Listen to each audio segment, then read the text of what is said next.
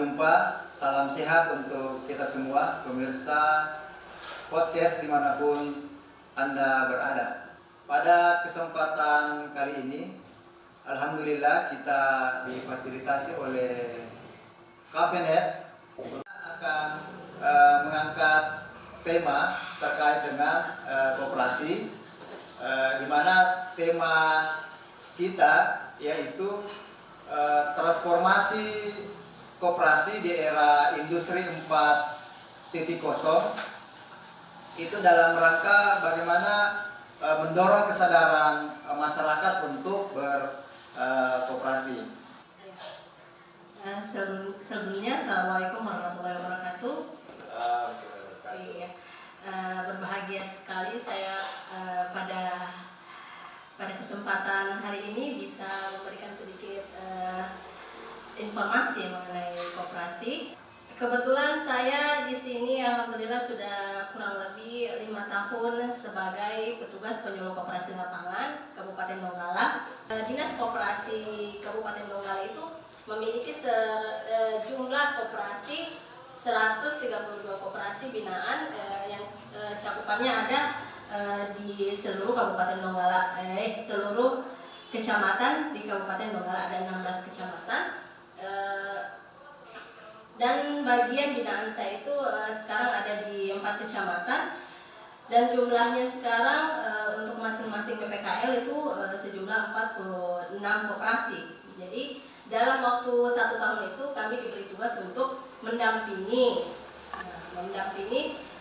koperasi-koperasi yang membutuhkan pembinaan, pendampingan seperti itu, bagaimana menyelesaikan problem-problem koperasi-koperasi yang memang kebanyakan dari 132 koperasi yang ada di Kabupaten Donggala itu 65% dari jumlah itu berada di posisi tidak aktif. Jadi sekitar hanya 35% aja yang aktif. Jadi kenapa dikatakan sebagian hanya 35% saja yang aktif? Karena posisi aktif itu dinilai dari kepatuhan kepada aturan yang memang melandasi koperasi itu sendiri, seperti ketaatan dalam melaksanakan rapat anggota tahunan seperti itu.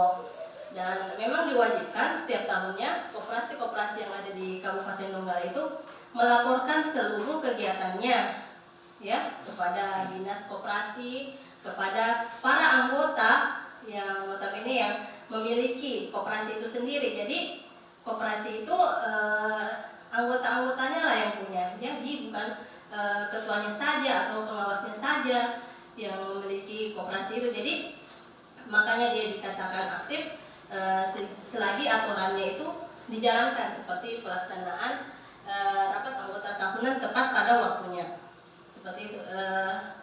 Kira-kira misalnya kayak misalnya tadi penjelasannya dari Mbak Anissa bahwa ternyata ada kurang lebih 132 koperasi yang ada di Kabupaten Donggala tersebar di 16 kecamatan itu ternyata hanya 30 sekian persen yang aktif. Kira-kira apa yang menjadi permasalahan sehingga dari persentase itu lebih banyak persentasenya yang tidak aktif?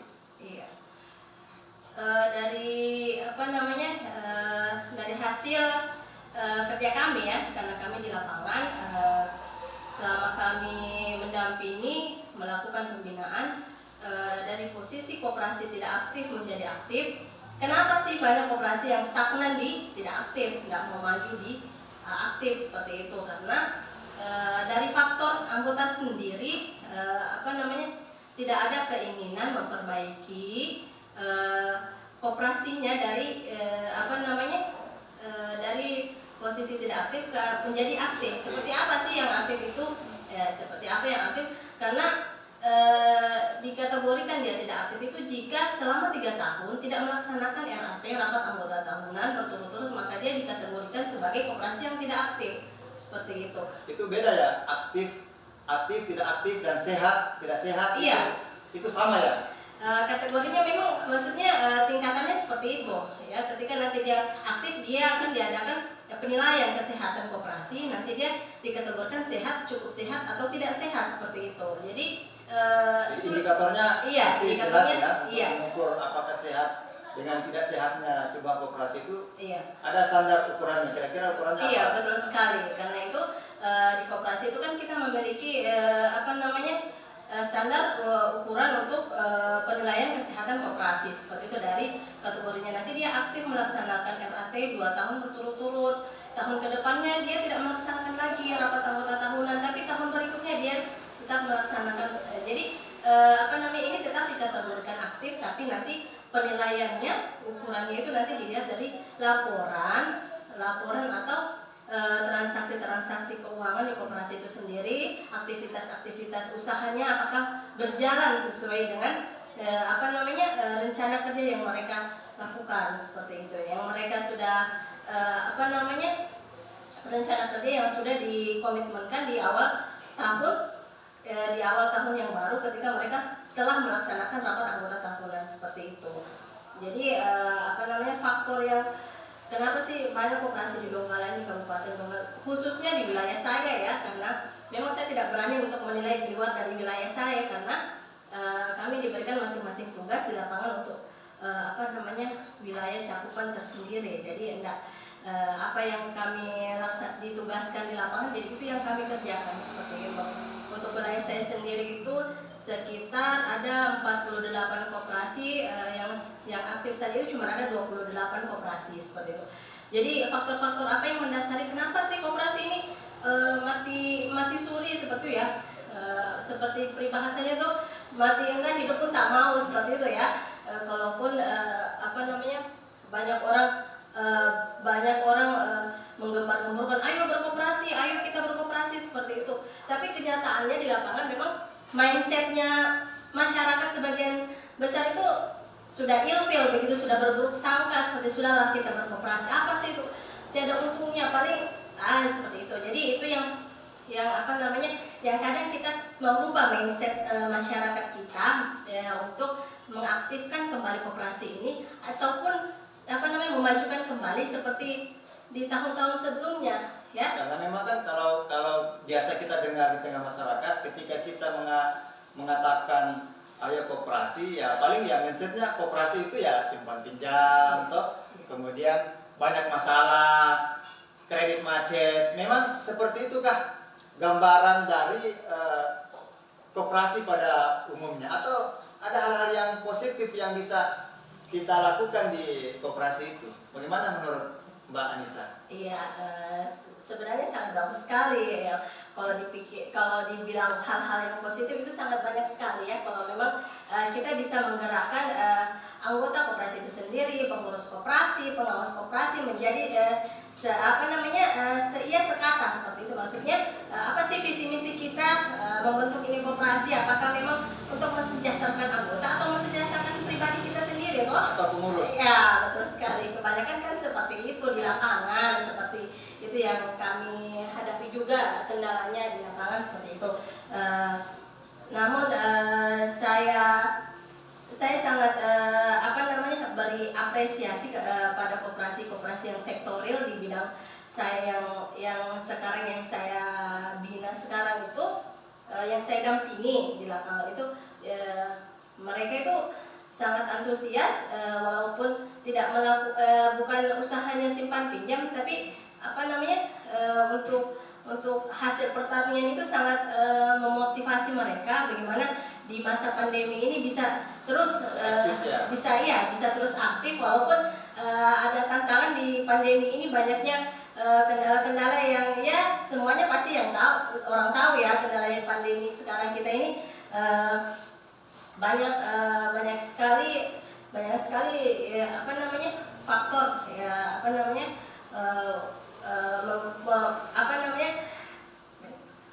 sekali faktor yang membuat koperasi itu menjadi enggan untuk aktif, seperti itu. Tapi ada pun koperasi yang saya dampingi, mereka termotivasi. Janganlah kalau kita cuma begini-begini saja untuk penambahan modal koperasi kita seperti apa, income untuk kita punya koperasi untuk pemutaran modalnya akan tidak berjalan sangat tidak bagus ke depannya. Jadi maksudnya di tengah pandemi ini ternyata banyak koperasi juga yang mau mencari solusi toh di Iya. tengah pandemi. Bukan berarti ketika kita dilanda pandemi ini terus kemudian kita juga enggan untuk mau merubah kan atau mau mengelola koperasi ini supaya menjadi lebih baik. Tentu kan banyak cara yang bisa dilakukan oleh para pengurus untuk bisa lebih eksis lagi dalam masa-masa pandemi ini kan. Kira-kira hal-hal apa yang mereka lakukan untuk bisa keluar dari masalah ini? Iya. Seperti contoh salah satu binaan saya itu yang saya dampingi sampai saat ini, dia lokasinya ada di Banawa Selatan, agak lumayan lah kalau kita ke sana, di desa bukan desa Tanam Puluh, iya, di Banawa Selatan sana. Dia memang daerahnya daerah penghasil. Sayang sekali memang kalau kita tidak dampingi karena mereka memang rata-rata kan petani ya, petani jagung, petani sawit, ya seperti itu, petani cengkeh, pala, seperti itu, hasil-hasil pertanian memang yang sekarang ini mungkin tidak terlalu berdampak untuk di pandemi ini. Makanya mereka tetap ingin memajukan koperasi mereka dan berusaha untuk melaporkan setiap kegiatan mereka di awal tahunnya dengan rapat anggota tahunan. Di sanalah mereka sharing tentang aktivitas apa saja sih kendala-kendala saya, apa saja sih kendala-kendala anggota, pengurus di lapangan, seperti itu. Di lapangan kenapa? Apakah ada kerjasama antara pihak ketiga bersama koperasi seperti itu. Jadi memudahkan para petani untuk melakukan tetap bekerja seperti biasa dan menghasilkan dan akan kembali lagi ke koperasi seperti itu. Nah, kira-kira sektor apa yang mereka kembangkan di koperasi yang Mbak Nisa tadi sebutkan sana? Kalau di sana sih yang sempat itu jagung, yang sempat karena memang kebutuhan kita jagung juga meningkat ya sekarang ya. Jadi maksudnya memang itu dikelola oleh mereka anggota koperasi atau bagaimana? Iya. Dikelola oleh di luar anggota koperasi kemudian hasilnya dijual ke koperasi atau bagaimana skema pengelolaannya di koperasi punyaannya Mbak Nisa? Iya, sebenarnya begini, kalau untuk sektor usahanya sih memang dia khusus di hasil-hasil ini ya, hasil bumi, pertanian juga.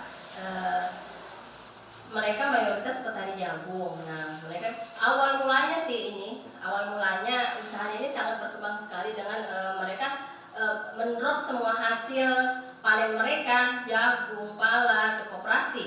Nah, nanti koperasi yang menjualkan seperti itu. Jadi sangat bagus kerjasamanya. Memang dari awal seperti itu, tapi lama kelamaan mereka membuka unit usaha lain karena mereka pikir modal koperasi sudah banyak nih, kalau cuma satu usaha saja kayaknya kita Harus cari sektor lain lagi yang bisa dikembangkan. Iya, sekali unit usaha yang lain bisa ditambahkan di usaha koperasi untuk menambah permodalan koperasi, begitu menambah juga untuk jumlah anggota, seperti itu, jumlah anggota koperasi. Jadi memang salah satu koperasi ini memiliki hasil pertanian yaitu jagung yang di-drop ke koperasi, nanti koperasi yang jualkan keluar seperti itu. Jadi mereka hasilnya semua tumpuk di koperasi seperti itu.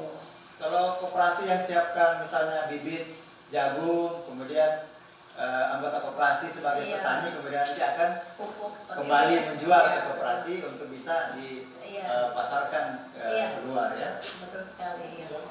Seperti dari koperasi ini juga mereka juga menjual saprodi ya, seperti itu, untuk mempermudah mereka karena jaraknya juga terlalu jauh dari kota untuk melakukan transaksi pembelian pupuk apa segala macam. Jadi mereka inisiatif untuk melakukan penjualan pupuk untuk mensuplai kebutuhan para petani seperti itu. Makanya kita itu sebagai pengurus, anggota, pengawas, jadi saling memberikan saran atau apa sih inovasi kedepannya untuk koperasi kita, memberikan pandangan yang oh ini bagus nih, peluang nih untuk koperasi kita untuk bisa maju, untuk aktif seperti itu. Jadi dengan itu mereka bisa menjadikan koperasi itu lebih berkembang lagi seperti itu. Apalagi kan kalau lihat kondisi sekarang di industri 4.0 yang tema yang akan kita angkat pada kesempatan kali ini, tentunya kan ada sebuah semacam revolusi pengetahuan cara yang bisa menyesuaikan para anggota koperasi ini atau koperasi-koperasi yang ada di Kabupaten Donggala ini bisa menyesuaikan dengan kondisi zaman kita sekarang. Revolusi pengetahuan sekarang kan bagaimana sistem digitalisasi pemasaran, kemudian bagaimana menjual dengan menggunakan perangkat-perangkat teknologi. Nah, inilah yang akan kemudian ke depan atau bisa kita kembangkan di koperasi. Kira-kira dari pandangannya Mbak Nisa yang selama ini turun ke lapangan, ada enggak koperasi-koperasi yang mencoba sudah melakukan sebuah revolusi pengetahuan, revolusi program koperasi yang sejalan dengan kondisi di industri 4.0 ini? Kalau untuk sampai sekarang sih saya punya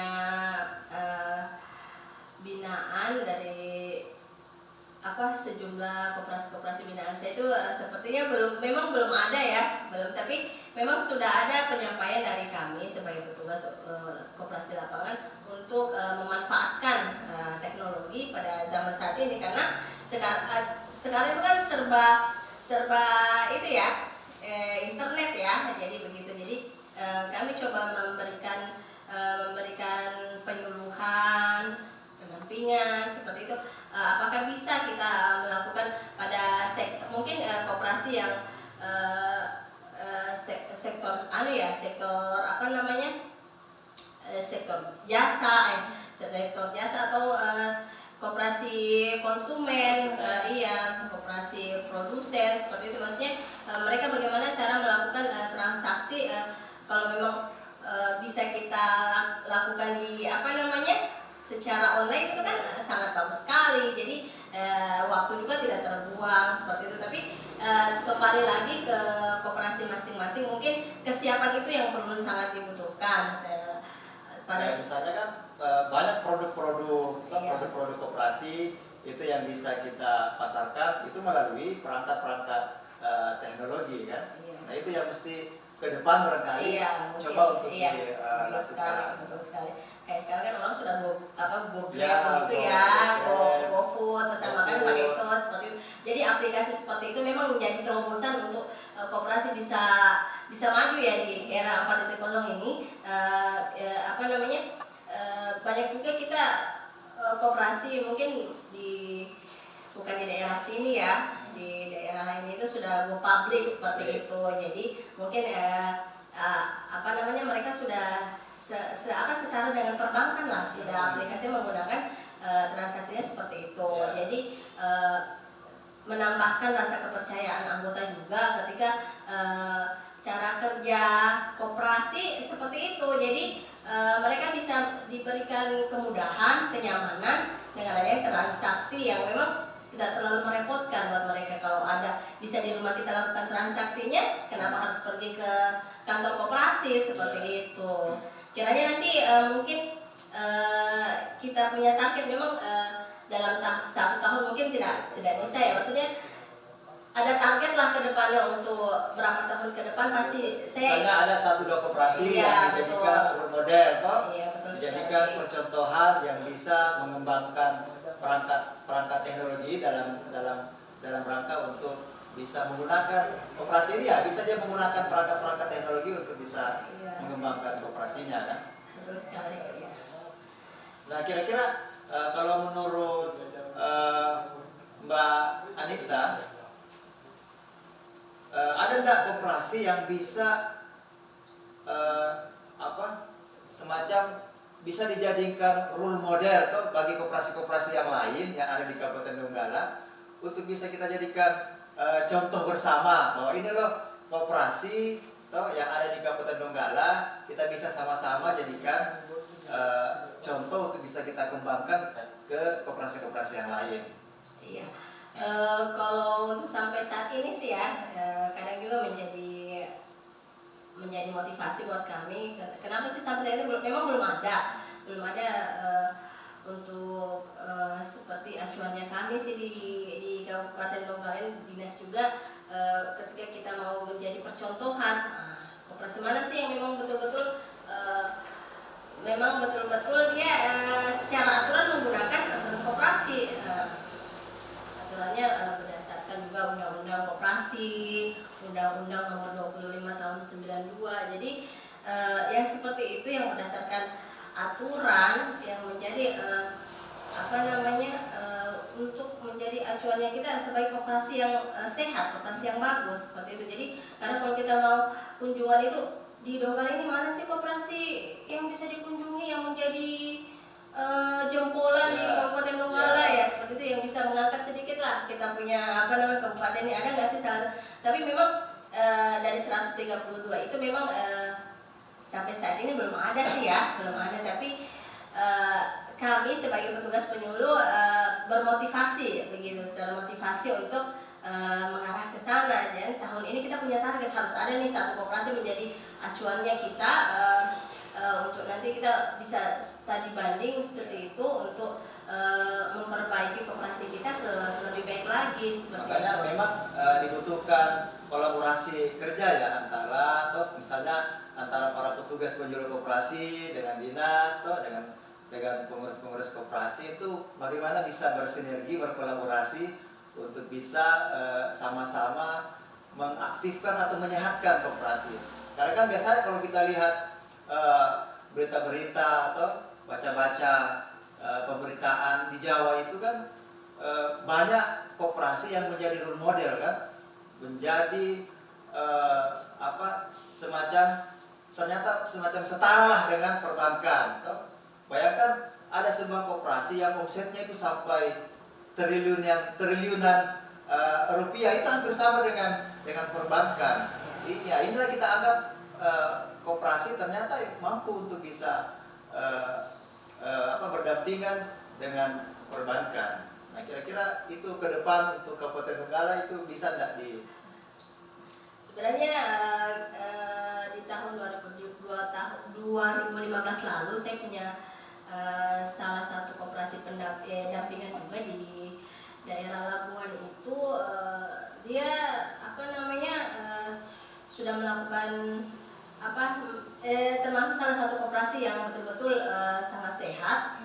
Kenapa dibilang sangat sehat? Karena memang dia sudah 2 kali mendapatkan bantuan dari pihak ketiga, dan itu besarannya sangat banyak sekali seperti itu. Jadi kenapa mereka saat ini di tahun 2021 ini mereka terpuruk? Jadi memang faktor dari itu, faktor penyebabnya kenapa sih kita malahan mundur nih dari 2015, kenapa 2015 bagus sehat, kenapa di 2021 ini malah terpuruk seperti itu? Karena memang dari penilaian kami sendiri itu mendampingi koperasi memang anggota dan pengurusnya memang mereka berbeda begitu, maksudnya tidak ternyata seiring sejalan. Iya, terus kan maksudnya visi misi itu memang ada sejak awal, tapi beriringnya waktu setahun 2 tahun memang bagus, tapi di kebelakangan ini malah terpuruk, malah semuanya itu terjadi itu kredit macet seperti itu. Jadi di tahun-tahun 2015 itu mereka masuk di masa kejayaannya seperti itu ya, pernah dikategorikan koperasi yang paling sehat seperti itu. Kenapa sampai seperti itu? Jadi tadi yang saya sampaikan, karena memang visi misi itu tidak mereka komitmen antara pengurus dan anggota tidak sudah sejalan seperti itu. Mereka sudah masing-masing punya kesibukan sendiri seperti itu. Jadi tidak ada waktu lagi mengurus koperasi mereka sendiri itu. Jadi waktu rapat anggota juga kadang diundang, kadang nggak hadir seperti itu. Jadi untuk menyatukan visi misi mereka kembali itu dibutuhkan satu kekompakan dari para anggota toh, ya seperti itu. Memang hampir rata-rata kelihatannya itu banyak koperasi toh, yang produk usahanya itu ya hanya simpan pinjam kan. Nah sebenarnya ini kan bisa menjadi bahan evaluasinya dinas ataupun pengurus koperasi itu bagaimana mencari jalan yang lain selain misalnya koperasi itu tidak lagi ngurus-ngurus persoalan simpan pinjam, karena ternyata dari beberapa banyak koperasi itu simpan pinjam itu adalah banyak masalah di situ kan.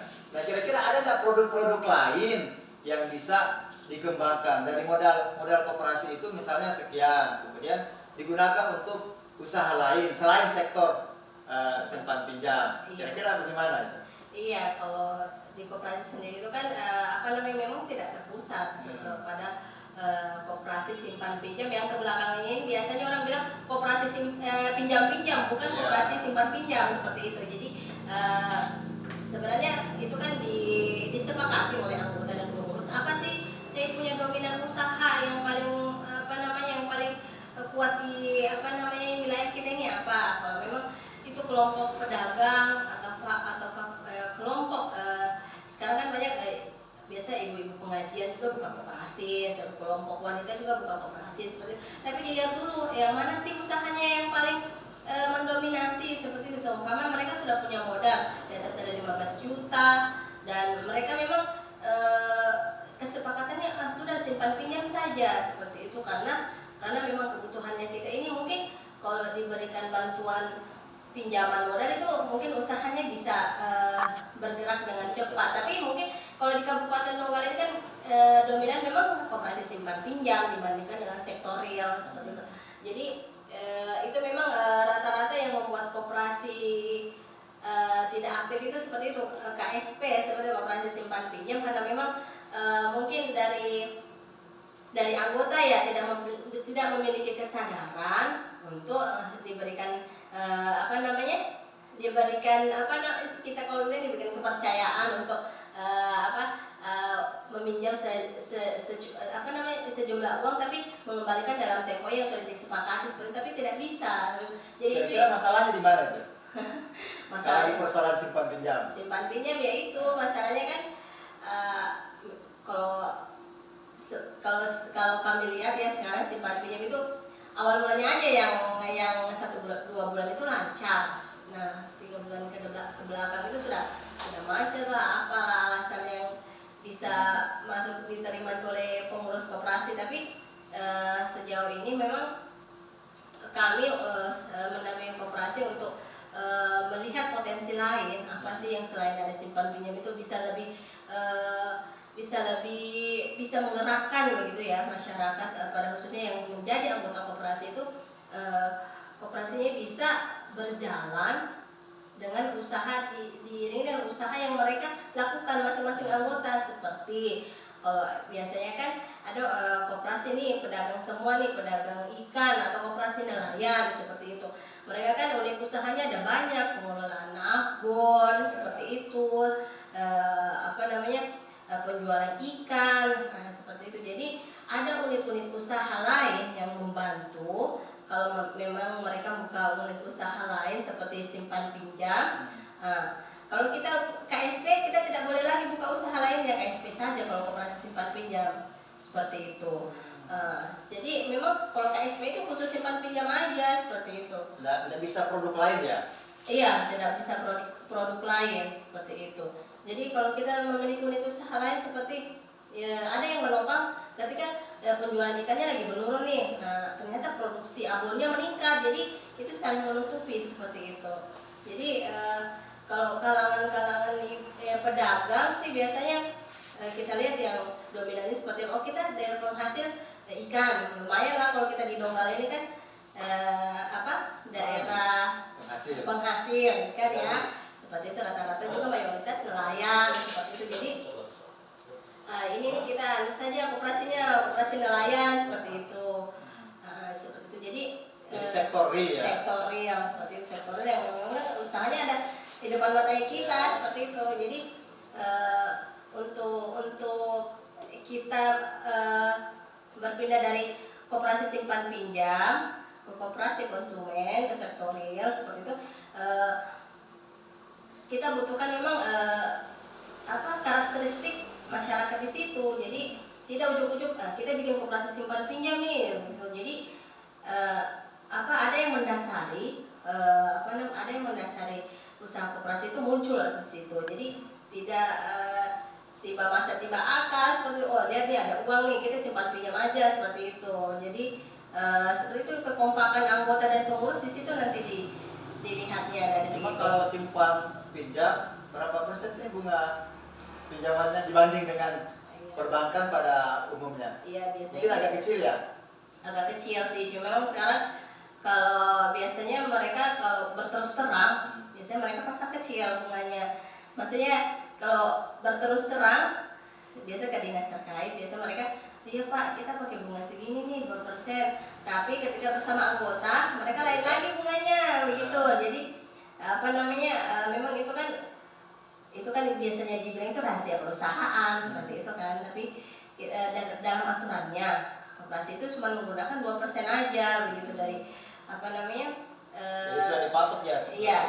itu bunga pinjaman. Iya, bunga pinjaman dari karena juga sekarang kalau di Donggala juga mungkin mereka lebih percayanya kalau koperasi dibandingkan dengan koperasi milik dinas. Koperasi itu kayaknya lebih mudah, lebih bisa gampang cairnya. Untuk koperasi yang sekarang banyak di Donggala itu koperasi koperasi hari-hari apa ya? Ya, itu masuk kategori koperasi dah itu. Kalau menurut Mbak Nisa masuk. Itu namanya aja koperasi, tapi ya aturannya ya di luar dari koperasian ya. Ya karena kan banyak lembaga-lembaga simpan pinjam tuh yang kita lihat di masyarakat. Nah itu kira-kira bagaimana untuk bisa mengantisipasinya? Karena setahu saya koperasi itu ya dia berbadan hukum koperasi. Nah bagaimana dengan lembaga-lembaga simpan pinjam yang tidak berbadan hukum Iya. koperasi? Memang kalau kita lihat di lapangan sih memang ya ada koperasi seperti koperasi kita harus melalui perizinan dulu kita kan. Maksudnya adakah rekomendasi yang membuat mereka itu bisa masuk di wilayah Kabupaten Donggala untuk menarik anggota menjadi anggota koperasi mereka seperti itu. Jadi kadang-kadang kita juga sekarang itu masyarakat itu tidak pikir lagi kan, saya mau jadi anggota koperasi, yang penting saya bisa pinjam uang lah, praktis, gitu. bisa cepat dapat modal kan? Iya, jadi mindsetnya kita ini pemikirannya kita ini untuk bisa dirubah menjadi anggota yang betul-betul aktif, jadi anggota sepenuhnya. Memang saya anggota koperasi, jadi tahu dong aturan-aturan jadi anggota koperasi seperti ini. Jadi kita harus memang berniat untuk memajukan koperasi kita seperti itu. Kalau memang seperti tadi itu saja jadi anggota yang hari-hari itu saya tidak terlalu ribet, tidak perlu ini, tidak perlu bayar simpanan pokok, tidak perlu pakai simpanan pokok, tidak pakai simpanan wajib. Jadi lewatlah semua itu persyaratan segala macam itu. Nah itulah yang membuat sekarang itu menjadi lebih sulit membangun kepercayaan masyarakat ke koperasi. Jadi itu tantangan sekarang kita itu bagaimana merubah pola pikir masyarakat menjadi mencintai, menjadi lebih dominan berkoperasi seperti itu. Itu merupakan tantangan kami di lapangan yang sekarang tuh targetnya juga pertumbuhan koperasi kami tahun ini syukur-syukur bisa lah dalam 1 tahun itu ada koperasi baru yang baru terbentuk itu 3 atau 4 koperasi seperti itu, karena kami juga sebagai petugas penyuluh koperasi lapangan memiliki target untuk melakukan atau pendampingan kepada kelompok masyarakat yang ingin membentuk koperasi seperti itu. Jadi dari usaha-usaha dari kelompok-kelompok UKM yang bersatu nanti bergabung menjadi koperasi seperti itu.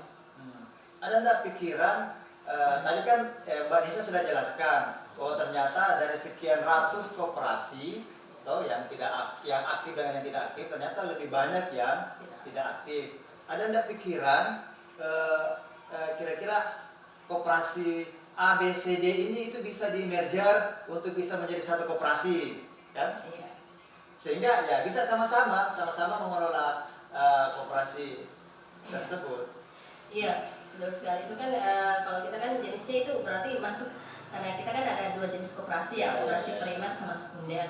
Jadi itu kalau kita menggabungkan beberapa koperasi itu menjadi satu koperasi ya, menjadi satu koperasi disebut koperasi sekunder seperti itu. Jadi itu terdiri dari beberapa koperasi bergabung menjadi satu seperti itu. Tapi kenyataannya di lapangan kami sendiri pun pernah melakukan koperasi primer yang memang mau diaktifkan kembali, ketika posisinya tidak aktif mau diaktifkan kembali. Di kemudian hari, 2 bulan kemudian koperasinya sudah aktif. Ternyata di belakang itu ada anggota, segelintir anggota yang mengatasnamakan anggota koperasi tidak terima. Nah ini koperasiku kok sudah orang lain yang pegang. Nah seperti itu.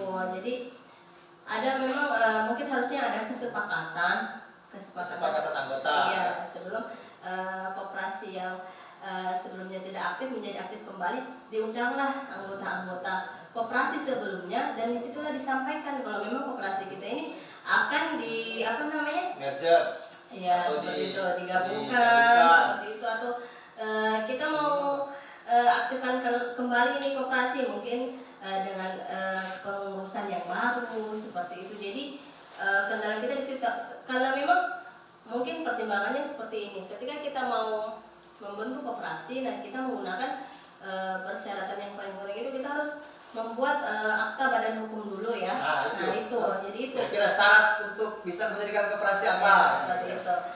Jadi kalau juga di notaris sekarang itu biayanya kurang lebih 4.500.000 untuk satu badan hukum koperasi.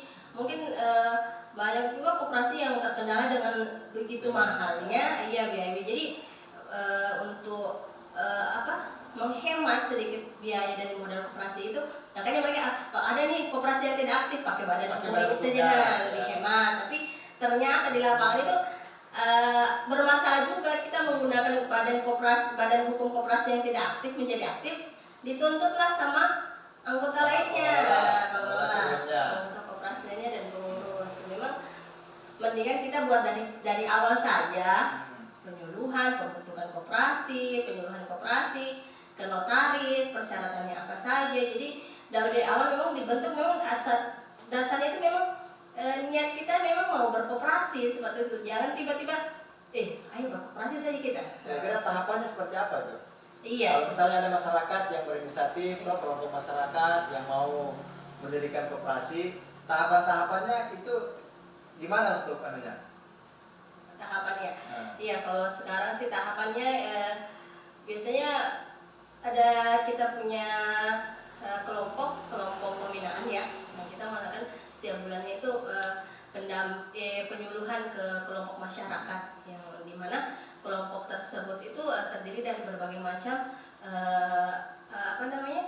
mereka punya usaha itu lain-lain begitu dan beda-beda. Jadi kadang biasa kita penyuluhan ke kelompok pedagang seperti itu, kumpul 20 orang kita mengadakan penyuluhan, dan kita di situ ada terus mendampingi. Memang kita harus pelajari dulu nih, memang kan 20 orang ini memang ada niat tidak bikin koperasi seperti itu.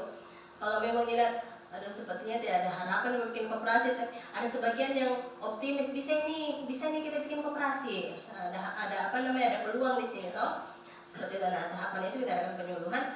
Nanti di pertemuan berikutnya sudah fix kita satu suara untuk mendirikan satu koperasi. Nah, diundanglah nanti pembina dari dinas koperasi untuk menyatakan, oh iya betul ini ada kelompok pedagang, ibu-ibu pedagang yang memang sudah menyepakati nama koperasinya ini, ketuanya siapa, seperti bendaharanya siapa, sekretarisnya siapa. Nah, nanti di situ akan diproses lebih lanjut dengan berita acara pembentukan koperasi, dan itu menjadi dasar kita untuk melakukan pendaftaran badan hukum mereka ke notaris seperti itu. Jadi tidak tiba-tiba datang ke dinas koperasi, Pak, saya mau bentuk koperasi, Pak, seperti ini punya siapa, ini punya saya pribadi, tidak bisa. Kan banyak begitu ya, yang maksudnya. Karena kan prinsip koperasi yang kita ketahui itu dari anggota, diinisiasi oleh kelompok masyarakat untuk bisa sama-sama mendirikan koperasi. Jadi inisiatifnya itu dari masyarakat. Masyarakat sendiri. Jadi kesadaran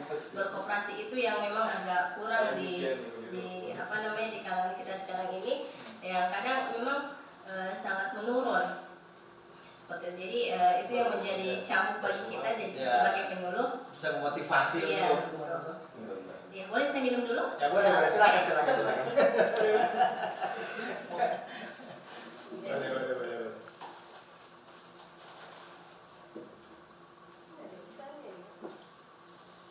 Ya baik, saya lanjut ya Mbak Nisa. Kita ketahui bahwa ternyata ada juga koperasi yang bukan hanya koperasi yang pada umumnya yang kita ketahui. Ternyata di masyarakat itu juga ada yang namanya koperasi syariah, kan? Ada BMT, Baitul Mal wa Tamwil. Nah kira-kira apa sih yang membedakan dari ketiga lembaga keuangan yang saya sebutkan tadi? Iya.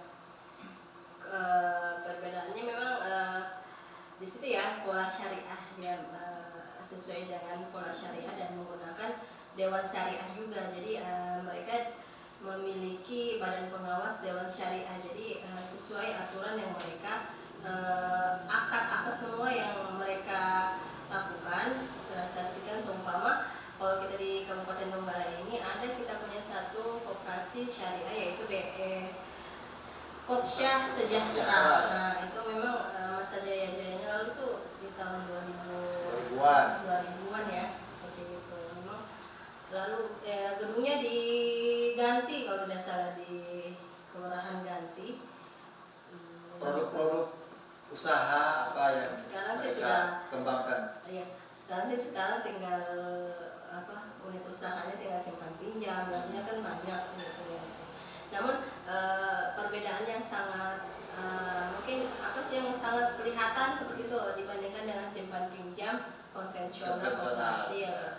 Iya, cuma itu polanya, akad-akad yang mereka lakukan itu seperti mudharabah, musyarakah, murabahah. Mereka termasuk di produknya BMT ya, Baitul Mal wa Tamwil, mereka menggunakan akad seperti itu. Beda di koperasi konvensional seperti kita kan, kalau disimpan pinjam tidak ada akad-akad seperti itu. Untuk sepertinya akad transaksinya menggunakan pola syariah seperti itu, dan memang didasari dengan bagi hasil yang tidak saling merugikan antara yang membuat akad dan membuat akad sama yang menjalankan akad tersebut, seperti murabahah, musyarakah. Jadi kesepakatan mereka itu karena didasari dengan akad pola syariah, ada dewan syariah yang mengawasi, yang mempelajari apakah memang kalau kita di koperasi konvensional saya mau ajukan pinjaman dan tidak lihat lagi dia punya usaha, ini lancar ke usahanya, macet ke dia. Tapi di pola syariah itu dilihat, ada yang memang harus mempelajari, ada yang lapangan ya, ada memang yang bisa untuk misalnya melihat evaluasi itu menilai menaksir iya, usahanya ini kira-kira cocok tidak iya, untuk bisa dibantu. seperti Gitu ya. itu. Apa namanya, oh ya ini usahanya memang karena memang begitu sih, memang apa namanya namanya usaha ya, karena memang tidak selalu untung terus seperti itu. Makanya mereka harus menyesuaikan di pola syariah itu, menyesuaikan dengan keuntungan dari apa namanya bagi hasil. iya, seperti maksudnya menyesuaikan berapa hasil hari ini ataukah besok bulan depan ini menurun nih, berarti yang dia setorkan tidak sebanyak di bulan depan, di bulan bulan pertama seperti itu. Jadi nah itu karena sebenarnya kita harus masih minim sih apa namanya kita punya koperasi untuk ke pola syariah, karena memang kadang masyarakat kadang lebih ribet kayaknya untuk, maksudnya kayaknya simpan pinjam sama saja ada bunganya deh ini. Jadi mereka kurang mau mempelajari dan kurang mau memahami seperti itu. Ketika kami mendampingi menyampaikan seperti itulah pola syariah, tapi sama saja seperti bunga juga di bank itu, tidak usah terlalu ribet pakai pola syariah, sama saja. Tapi memang tidak sama ya, tidak sama ya. Dari akad-akadnya saja itu sangat berbeda seperti itu. Jadi bagaimana konsep pola syariah itu di agama Islam itu lebih ditekankan di sana, nah, seperti itu. Jadi itu yang paling apa ya, paling kelihatan ya. Bisa nggak diberikan contoh kan? Iya. Misalnya sistem syariah dengan sistem konvensional, koperasi konvensional. Kayak tadi Mbak Nisa sebutkan mesti ada akad. Iya. Kayak misalnya koperasi syariah ini ingin meminjamkan kepada unit usaha apa, atau misalnya para pedagang Iya. diberikan pinjaman dengan sistem akad. Iya.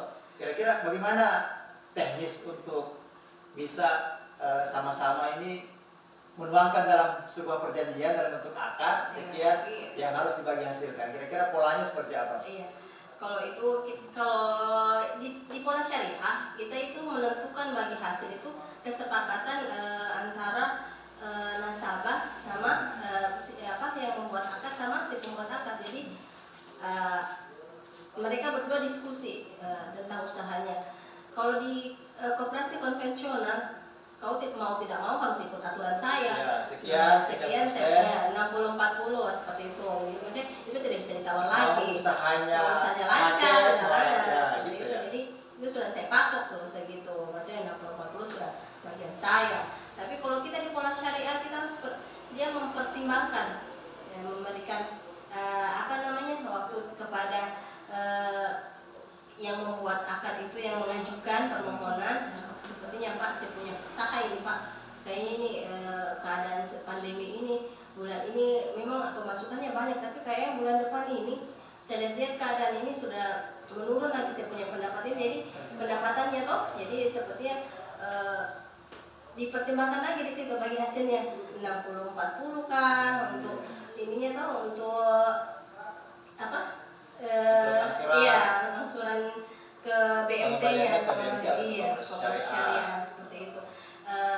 Namun itulah maksudnya kita kendalanya kita tidak akan pernah tahu kalau kita tidak mau melakukan kegiatan seperti itu. Maksudnya kadang orang kan acuh seperti itu, maksudnya terlalu ribet tapi kalau kita lakukan membiasakan seperti itu, memberikan edukasi, pendampingan, pola syariah itu seperti ini.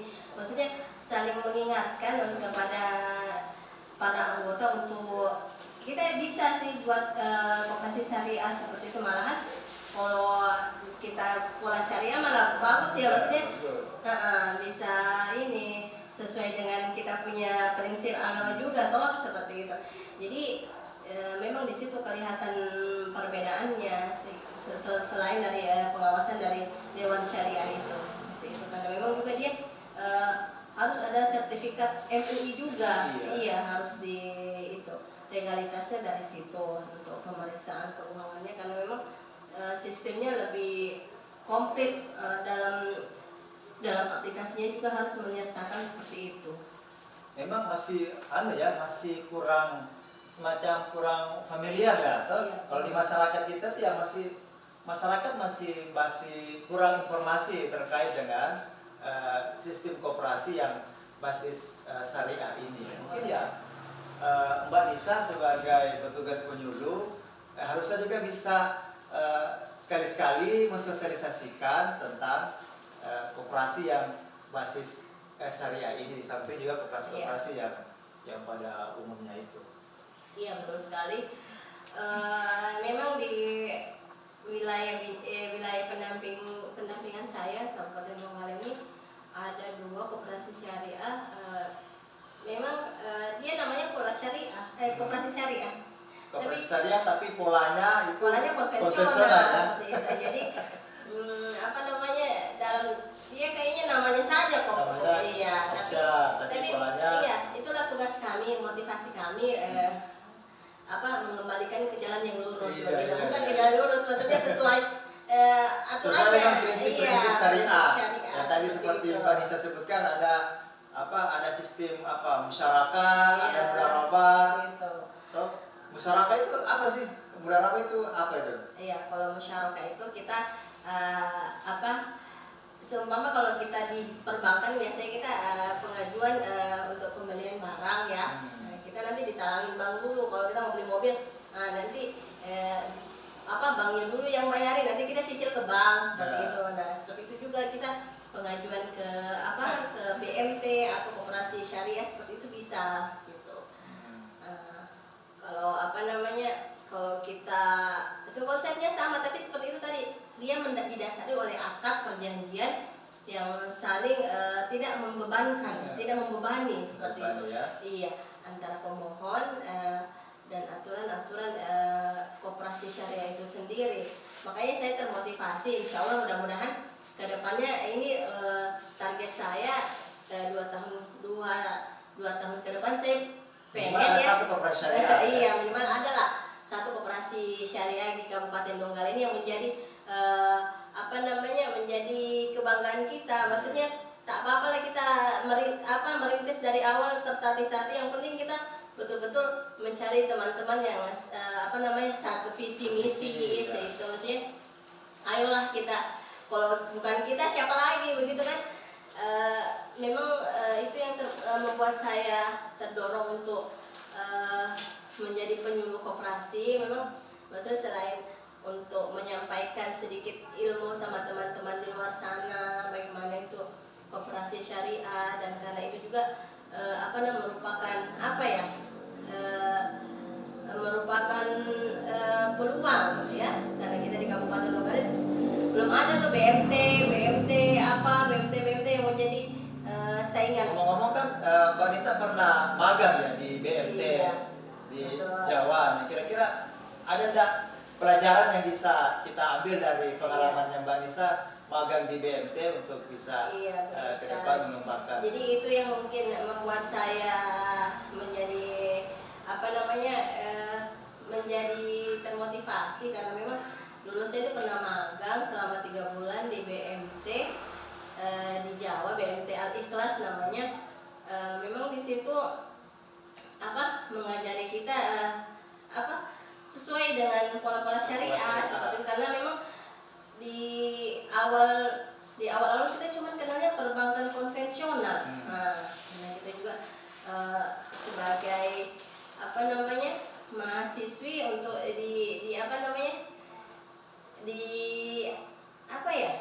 dianjurkan untuk begitu ya.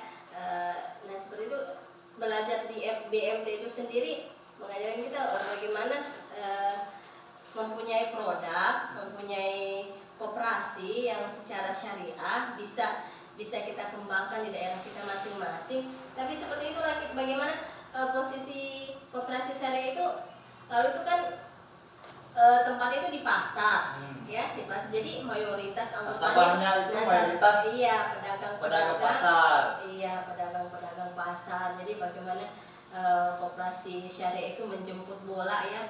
Ibaratnya ada mbah-mbah yang mungkin yang tidak mau tahu tuh namanya perbankan seperti apa. Yang penting saya punya hasil hari ini 10.000, saya mau nabung tiap harinya 10.000. Jadi adalah petugas yang menjemput tabungan mereka setiap harinya, yaitu petugas BMT Al-Ikhlas itu menjemput. Itu hari-hari ya dijemput? Iya, hari-hari. Jadi karena memang di pasar sana kan setiap hari, beda kita di sini hari Senin sama Jumat. Jadi memang di sana setiap hari aktivitas jual beli transaksinya itu memang. Tapi saya lihat itu sangat antusias sekali, sampai mereka itu memiliki dana omset yang sangat, sampai bisa membangun sebuah masjid, dan di situ dijadikan kantor koperasi. Nah, di sana mereka menarik minat anggota-anggota pedagang yang lain. Memang mereka mengadakan setiap Jumat itu ada ceramah agama dan ada tabungan haji juga, seperti itu. Jadi itu yang memotivasi saya, jangan kayak begini kan, jangan pedagang saja kita ini, jangan Ya, tadi saya tertarik dari statementnya Mbak Nisa, ada seorang mbah toh yang kemudian setiap harinya itu nabung ya, nabung ke BMT. Nah, itu bagaimana namanya? Polanya seperti kayak bagaimana sistem tabungannya? Seperti yang saya sampaikan tadi, petugas itu jemput bola. Jadi dia list hari ini kita mau ambil tabungannya siapa aja nih di wilayah kan di sana kan ada bloknya, blok A B C D. Nah, petugas ini nanti ke blok E begitu. Disamperin nih anggota-anggota, ibu mau nabung dah, dikasih lihat buku tabungan ibu sekarang, saldonya sekarang. Nah, mau nabung tidak hari ini? Biasanya kan mbah-mbah begitu kan tidak punya HP, tidak. Jadi ketika ada petugas baru dia, oh iya saya punya keuntungan nih 20.000 hari ini, saya mau sisihkan, saya mau tabung. Nah seperti jadi mereka catat. Ada juga yang sudah menggunakan mesin edisi online untuk ya apakah memang hari itu ada yang mau transaksi penarikan, tapi dia reward kalau meninggalkan dagangan mereka pergi menarik uang itu mungkin kayaknya ada ya jadi mereka yang jemput bola yang mendatangi setiap anggota yang mau melakukan transaksi penarikan uang atau menyetor tabungan mereka. Jadi seperti ada nasabah yang sudah menggunakan alat digital, ada juga nasabah yang masih konvensional ya. Seperti itu, betul. Nah kira-kira untuk ke depannya, khususnya di Kabupaten Donggala, setelah dari pelajaran yang Mbak Nisa dapatkan dari magang di BMT di daerah Jawa, nah kira-kira potensi untuk bisa dikembangkan di Kabupaten Donggala itu optimis enggak untuk bisa kita? Optimis sekali lah, iya. Kalau lihat dari potensinya kan? Iya, potensinya. Kalau kita mendorong ya, ini yang agak sulit, tapi saya rasa memang tidak sulit kalau memang kita memiliki satu niat yang betul-betul sepakat, menggunakan memiliki visi misi, menyatukan berbeda-beda pandangan. Iya, beda pandangan menjadi satu seperti itu. Kelompok-kelompok masyarakat yang memang rata-rata di sini kita kan sebagian besar pedagang, tapi saya mau berharap itu di sektor real sih. Kalau ini di sektor real seperti kayak para nelayan seperti itu, jadi bisa kita ajak untuk mendirikan satu organisasi yaitu koperasi, di mana di koperasi itu mereka bisa melakukan transaksi, memenuhi kebutuhan mereka dengan adanya koperasi itu sendiri seperti itu. Jadi di Kabupaten Donggala itu, di khususnya wilayah saya ya, maksudnya saya termotivasi untuk itu. Jadi besar harapan saya untuk sebagian besar masyarakat itu untuk mau berkoperasi, seperti walaupun itu tidak gampang untuk mengajak sebagian masyarakat kita ini berkoperasi, karena memang sudah di pikiran mereka itu koperasi sudah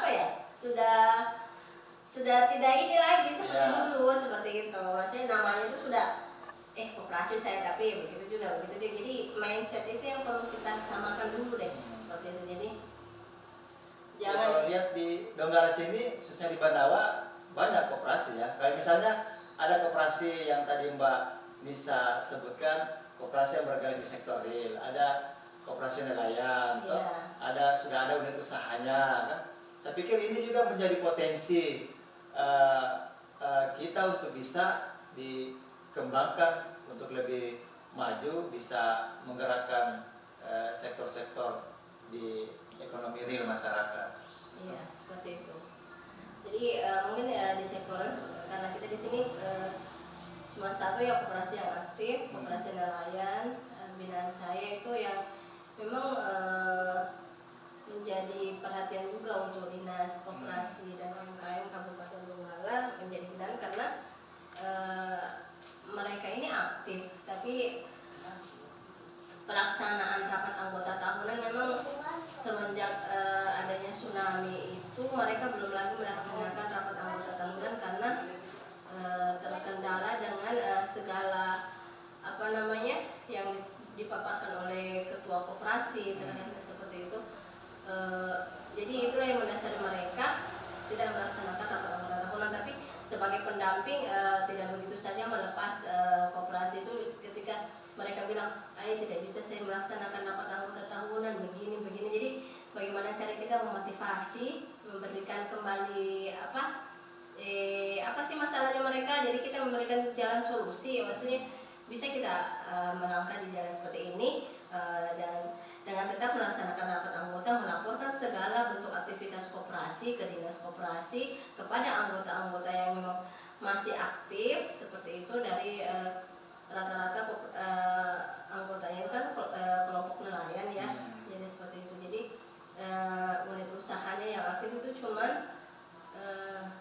SPDN ya. Iya, SPDN seperti itu.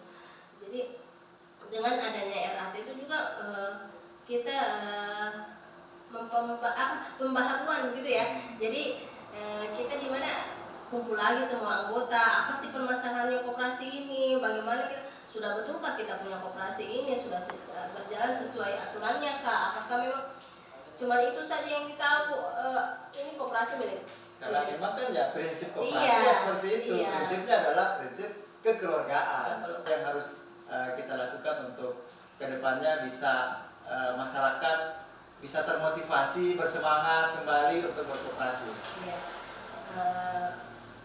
Kalau dari saya sih untuk menyadarkan atau untuk mendorong gitu ya, mendorong masyarakat untuk marilah kita mencintai koperasi, marilah kita berkoperasi sebenarnya ada tantangan tersendiri tapi pantang menyerah untuk mengajak, mendorong, mendampingi masyarakat yang ingin berkoperasi dengan untuk mendirikan koperasi, penyuluhan seperti itu bisa kami dampingi seperti itu. Jadi tetap semangat berkoperasi, menjadi anggota koperasi karena koperasi ini prinsipnya prinsip prinsip asas kekeluargaan ya. Kenapa saya mulainya dari koperasi karena memang ini yang paling mudah seperti itu. Jadi masyarakat aja, jadi orang-orang saja yang biasa ribet lah apalah. Jadi padahal tidak seribet iya, seperti apa yang dibayangkan. jadi kalau sudah tahu pasti kamu jatuh cinta. Oke. Boleh saya memberikan pantun sedikit boleh. ya? Silakan. Pantunnya tunggu dulu saya saya memberikan satu pantun untuk kaula muda juga untuk masyarakat Kabupaten Donggala agar sama-sama kita mencintai koperasi, menjadi anggota koperasi. Oke. Taman Kota Anjungan Gonenggati. Mantap. Jangan jatuh cinta kalau belum jadi anggota koperasi. Asik. Baik. Ke depan insya Allah kita akan bisa bertemu kembali dengan tema-tema yang menarik. Sekian pertemuan kita podcast pada kesempatan kali ini. Mbak Nisa, terima kasih atas kehadirannya. Saya tutup. Assalamualaikum warahmatullahi wabarakatuh. Salam sehat untuk kita semua. Waalaikumsalam.